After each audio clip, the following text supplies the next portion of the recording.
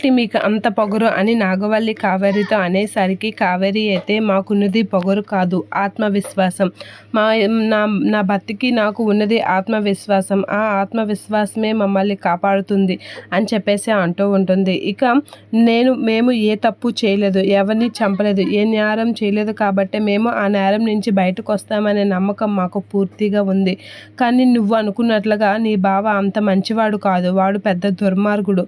ఆ విషయం నీకు చెప్పాలనే అనుకుంటున్నాను. నువ్వు వాడి విషయంలో నువ్వు చాలా దీనిగా ఫీల్ అవుతున్నావు. వాడిని నువ్వు పెళ్లి చేసుకోకు అని చెప్పేసి అయితే అంటూ ఉంటుంది. వాడిని పెళ్లి చేసుకొని నీ జీవితాన్ని నాశనం చేయకు. మీ అక్కని చంపింది కూడా అన్నట్లుగా మాట్లాడుతూ ఉంటుంది. ఆపు అని చెప్పేసి నాగవల్లి సీరియస్ అవుతూ ఉంటుంది. అలా సీరియస్ అవుతూ నువ్వు మాకు చెప్పకు, నువ్వు మా అక్కని చంపింది కాకుండా ఇంకా నాకు లెక్చర్లు ఇస్తున్నావా? మా బాబాయ్ ఎలాంటి వాడో నాకు తెలుసు. నువ్వంటే నాకు పగ. మా అక్కని చంపినందుకు మా బావకు కూడా నీ మీద అంతే పగ ఉంది. కాబట్టి మా బావ నేను పెళ్లి చేసుకుంటే మా పగ రెట్టింపు అవుతుంది. నిన్ను ఖచ్చితంగా ఏదో ఒకటి చేస్తాం అని చెప్పేసి అంటూ ఉంటుంది నాగవల్లి.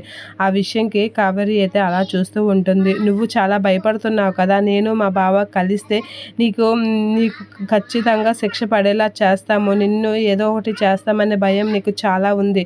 అందుకే నువ్వు చాలా భయపడి నాకు పెళ్లి చేసుకోవద్దు అని వార్నింగ్ ఇస్తున్నావు అని నాగవల్లి అనేసరికి, అయితే నీ ఇష్టం, నీకు నచ్చినట్లుగా చేసుకో, ఈ విషయం చెప్తున్నాను విను.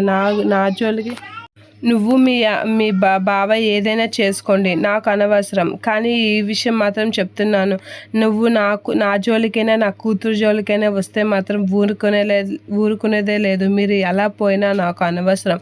నీ కర్మ నువ్వు అనుభవించుకో అని చెప్పేసి కావేరి అయితే అంటూ ఉంటుంది. నా జోలికి నా భర్త నా కూతురు జోలికి వస్తే మాత్రం ఊరుకునేదే లేదు అని చెప్పేసి వార్నింగ్ ఇస్తూ ఉంటుంది. ఏంటి భయపెడుతున్నావా అని చెప్పేసి నాగవల్లి అనేసరికి, భయపెడుతున్నాను ఏమనుకుంటున్నావో అది నీ ఇష్టం.